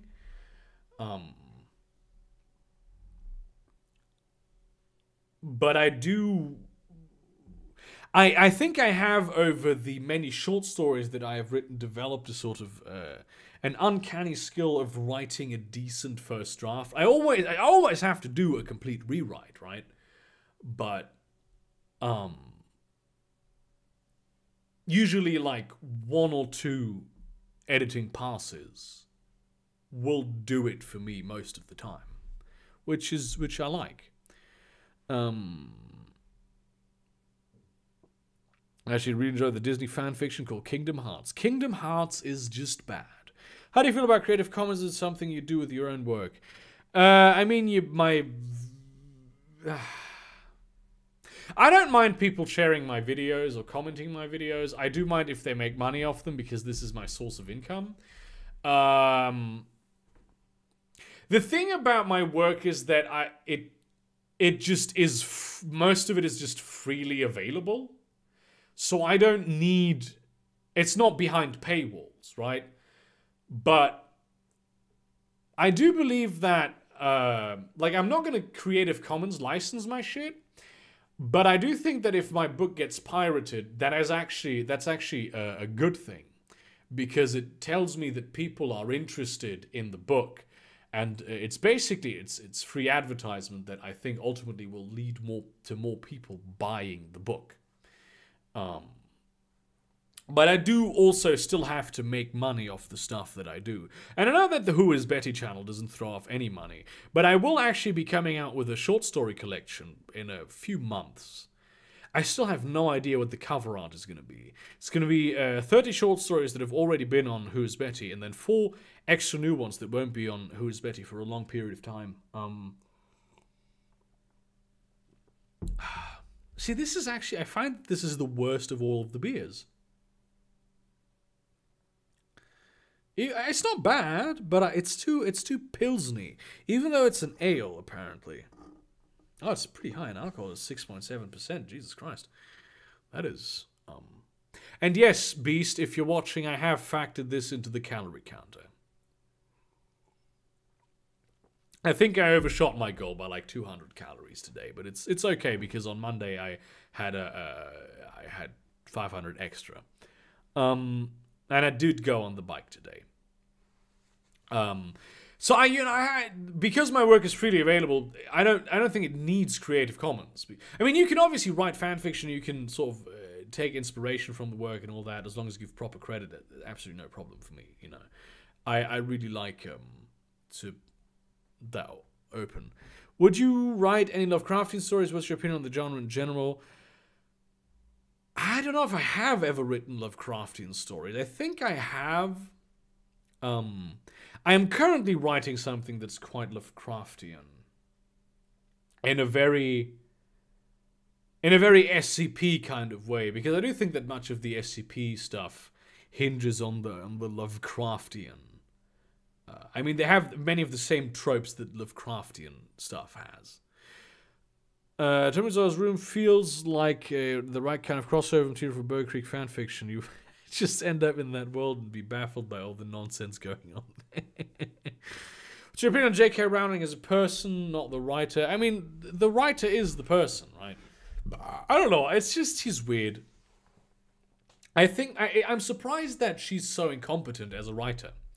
Like, she struck gold and was able to maintain that gold for 7 books, right? But everything beyond that, like Cursed Child and the new films. I did like the first one of the new films, not Crimes of Grindelwald, but the Fantastic Beast one, because it focused on the guy catching Fantastic Beasts, and in this one, the Fantastic Beasts were just a sideshow. I don't have a huge problem with Pottermore and all of her retconning. I actually find that quite interesting. I don't mind her sort of retconning that Dumbledore was gay. I like me a gay Dumbledore, though I do wish that they actually would show that in the films as they are now. The fact that they're not doing that actually does piss me off. Because it's basically she's claiming credit for being progressive when really she wasn't being progressive. In an era where really it wasn't a big problem to have a gay character. So... I don't know. But I don't like her. She seems to be like a political opportunist. She goes any way the wind blows. And I understand that this is the way that celebrities have to act in most cases. But I think that that's not how they should act. I don't like the concept of a celebrity. I know that I am like a really minor e-celebrity. And I don't like the idea of being a celebrity. It's not just that I like my privacy. I do like, you know, having an audience and all that. Though I wouldn't start doing vlogs or like telling people about my day on the internet. At least I hope I won't ever fall into that. I just don't like the way that celebrities are being deified. They're just presented as these perfect people, and they're just not. They're just regular motherfuckers, everyday people. Like the whole Liam Neeson thing. I thought that was a pretty great thing where he said, listen, I had this phase when I was sort of racist and trying to look for trouble, and I understand that this is a super bad thing, and I regret that massively. And now he gets blasted for having at one point been racist. Like, I know that 100% a lot of stuff exists of me out there that is going to one day come back on my ass if the culture, which I don't think that the culture as it is will persist. But people will try to hang me for that. And all I will be able to do at that point is, I don't know, if I still agree with it, I wouldn't apologize. And if I do no longer agree with it, I would, of course, apologize, you know. I know that, for instance, on my Twitch stream, sometimes the N-word, not with the hard R. I don't like it with the hard R because it gives a weird mouthfeel. If you end it with an A, the word nigger, if you just divorce it from the entirety of the context, which I know is very difficult, it's got a very nice mouthfeel, which is something that people who don't do accents and impressions won't really understand. But if you do accents and impressions, you probably get it. If you end it with a hard R, it has your tongue just flip around just invert completely on a whim, and that's just not a very comfortable mouthfeel. Burgerkrieg's Bundle of Blunders, a short story compendium. No, it's going to be called 34 Worlds. I'm actually terrified that it's going to get bad reviews. I am really, that's the one thing. If you want to get at me, then criticize my writing. Tasted the beer Newcastle. I've never actually drank Newcastle Brown Ale. I've always wanted to. The cover art could be a hilarious self-portrait rendered in an old acrylic painting. No, I don't want to put myself on the cover of a book. Would Marvel Thor be considered fan fiction, or is there another term for it? I don't know. It's official because they have the license. Calorie counting is heresy. The only true way is free weightlifting. Well, I kind of do both. I have I don't know if you know him, but he's ripped as fuck. So, he's a big man. He knows how to give me advice on this. To go sadly, University of Southern Shade. Remember, everything north of Kiel is rightfully ours. Kiel is rightfully yours, honestly, if it goes by me. Please, Denmark, come here. I prefer you rather than the German government. That's a piece of news, even if it brought in a lot of new questions. Yeah, you know, but I don't mind that. I don't know, guys. My Immortal was the best. I disagree. I like me a gay Dumbledore. Yeah, that's true. Cooking videos. Well, I have a series planned. I have a really great series planned where I'd go into, like, not specific recipes, but how you do a kind of recipe. Like, how do you do a casserole? And it's also got some really great comedic elements that I'm not going to spoil. But the problem is, I need a kitchen island for it. I really do. And I need a kitchen that is mostly white, though that can probably be done with filters, and is probably not entirely necessary. But I do need a kitchen island for it. And my kitchen is really, really small. If you will figure my apartment, it's like behind the bookshelf, there's this very thin wall.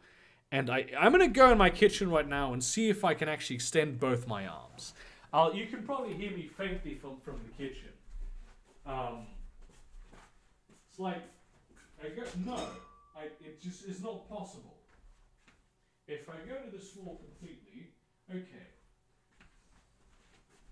So if I lean against the wall, I can just barely extend one of my arms. My kitchen is extremely tiny. And I need a kitchen island just for the framing of the shot that I have in mind. But yes, I will eventually do cooking videos. Would you agree that actually writing by Lovecraft becomes rather dull after a bit if you know one Lovecraft short? You know, all of them. I think the problem with Lovecraft is the same problem that Tolkien has, is that he pioneered this genre, but a lot of his stories are just boring when read by a modern reader. Because the tropes that he pioneered are so ubiquitous these days that you just see the ending coming from a kilometer away. And that's why Lovecraft short stories in the modern context. And also, he is so incredibly wordy. Holy shit. I do have this thing where I write down words that I find interesting, that I run into. I basically need a thesaurus to read that guy. And I have the entirety of... This is something, I'm going to show you this. I have to brag. This is on the bookshelf. Many of you have probably seen it, but I've yet to see any comments on it. Look at this marvel. Look at it. Isn't it beautiful? This is something that my girlfriend got me on our vacation to London in like a few years ago. And one of my most treasured possessions. I have still not read through its entirety, though, I have to be honest. I feel you made it entirely. Can I cameo in one of your cooking episodes? Oh, we should collab though, Beardy. To be honest, like let's be clear about this. We have to collab on something. I'm just still thinking on an idea. If you have an idea, do hit me up on Twitter, my dude. Don't be scared of reviews, dude. If you do something that's bad, believe it or not, that's okay, lol. Yeah, but I'm mostly afraid of, I am afraid of my writing being bad, even though the people who, it is on the internet and people have never gotten, a negative comment on the writing itself. At one time, someone complained that it basically didn't match up with the expectation that his college English teacher taught him a story should be. But, that's just... that's a matter of personal preference. I'm actually terrified of my writing actually being bad and people just taking pity on me. But people reassure me that this is not the case. So I'm just going to have to trust them.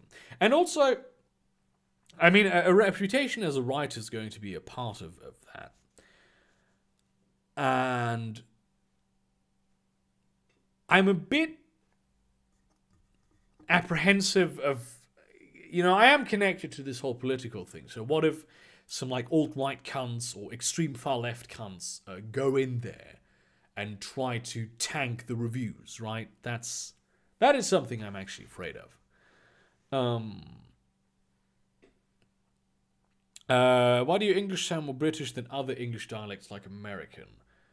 I did actually speak with an American accent at one point in time. I was 14 back then. I was watching Ray William Johnson. Ray William Johnson is actually my English teacher. He taught me everything I know about English. And I didn't...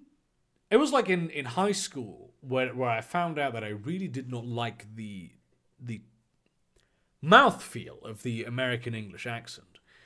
And I was watching a lot of Ricky Gervais at the time, and I chose to do the sort of British accent instead.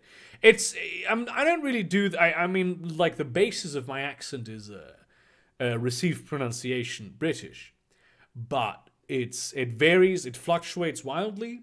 I have a lot of inflections from other accents. Sometimes I will draw a little bit into the Australian, and sometimes I'll go a little bit into the American. So I do have a unique accent as a person, but this is when I don't do an accent and I speak English, this is how it comes out. And I can't really do a German accent. Are you scared of any of your writing being considered unoriginal? Because that's what I always think about when writing. Not so much, no. I mean, it is obviously one of my fears, but I'm pretty sure that I think people are obsessed with originality to a degree that it's really not healthy, because there's nothing original under the sun. There's just old things being recycled in new ways. And there is a place for new, extremely Tolkien-esque fantasy fiction, even though that has been recycled to death, and that is something that that's just unoriginal. But there's still a place for it because it's still a specific genre. Like it's like saying, oh, you wrote a romance novel, that's unoriginal. Well, yeah. But there's still a play. People still like to read new romance novels.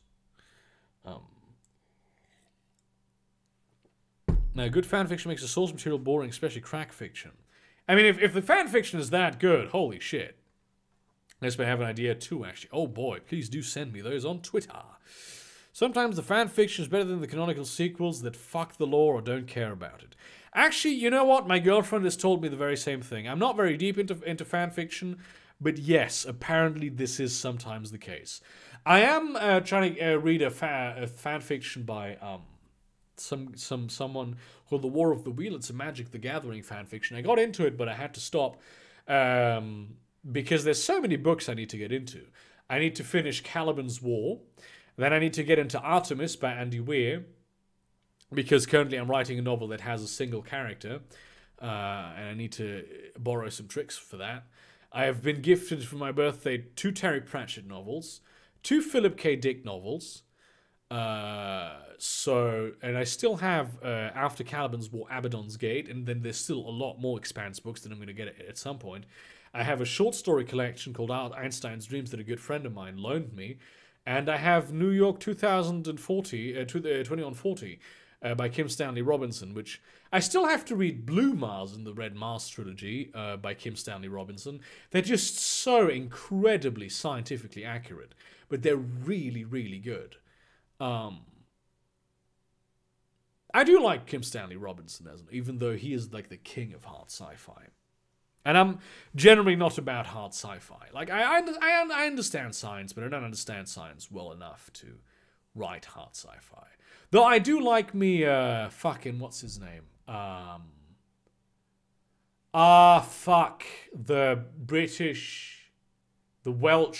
Welsh scientist who worked for ESA, who writes books. One of them is called, oh boy, the one that's like dark science fiction with the Ultras, the Ultranauts. I don't recall his name right now. I really like him, though mainly in audiobook form. PewDiePie has an army of children, but I've got an army of machines. We'll keep those reviews honest. Please do not do that, because that would probably get me banned from Amazon. The political sphere isn't as bad as the conspiracy flat earth sphere when it comes to online trolling, at least from what I've seen. I mean, that's a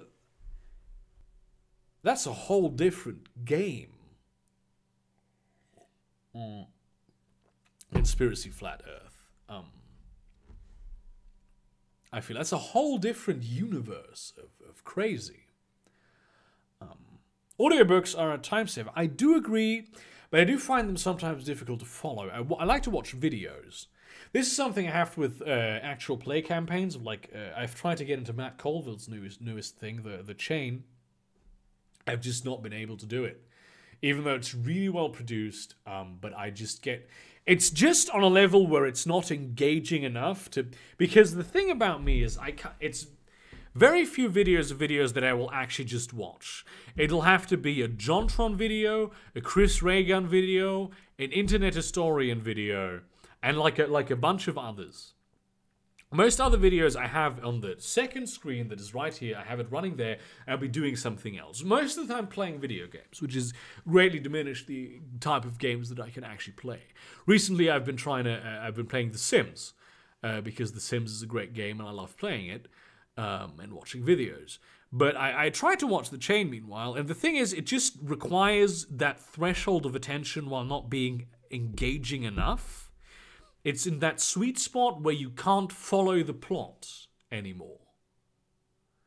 Because the pacing of like tabletop RPGs is by definition imperfect. That's how these things go. So I do like me audiobook, and I think audiobooks fall into the same category, unfortunately. So I will listen to audiobooks when I'm going on like longer trips. Like when I'm taking a bus back to Cologne, which I haven't done in a very long time, probably over a year at this point. Or when I'm flying somewhere, but I don't really leave town that much. Though I will be going to Amsterdam soon, and I will definitely be going to Amsterdam in September. And, you know, I don't want to say too much, but there is going to be a meetup in Amsterdam this September. I find reading difficult, and this is exactly my way of writing. Oh, that's an unfortunate circumstance. Oh boy, oh boy. So I see that you don't have any more questions. I'm going to go to the toilet real quick and give you a last chance to throw in some questions while I am on the toilet. And if I'm going to answer those, and then I'm going to end this beautiful live stream.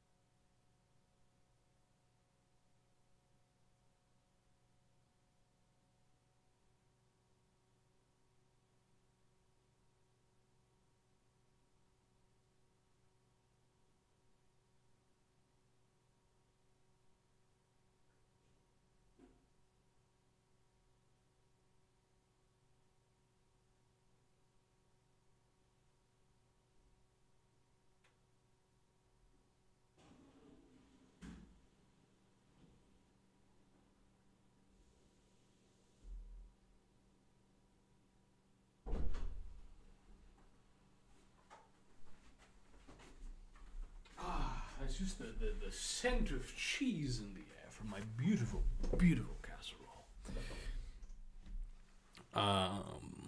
Okay, where were we? We still don't get enough love. Yeah. I like sci-fi as long as it doesn't needlessly put too much science jargon in, like the quantum reroute of warp space-time fields to eradicate kinetic energy. Just say it's a freeze gun.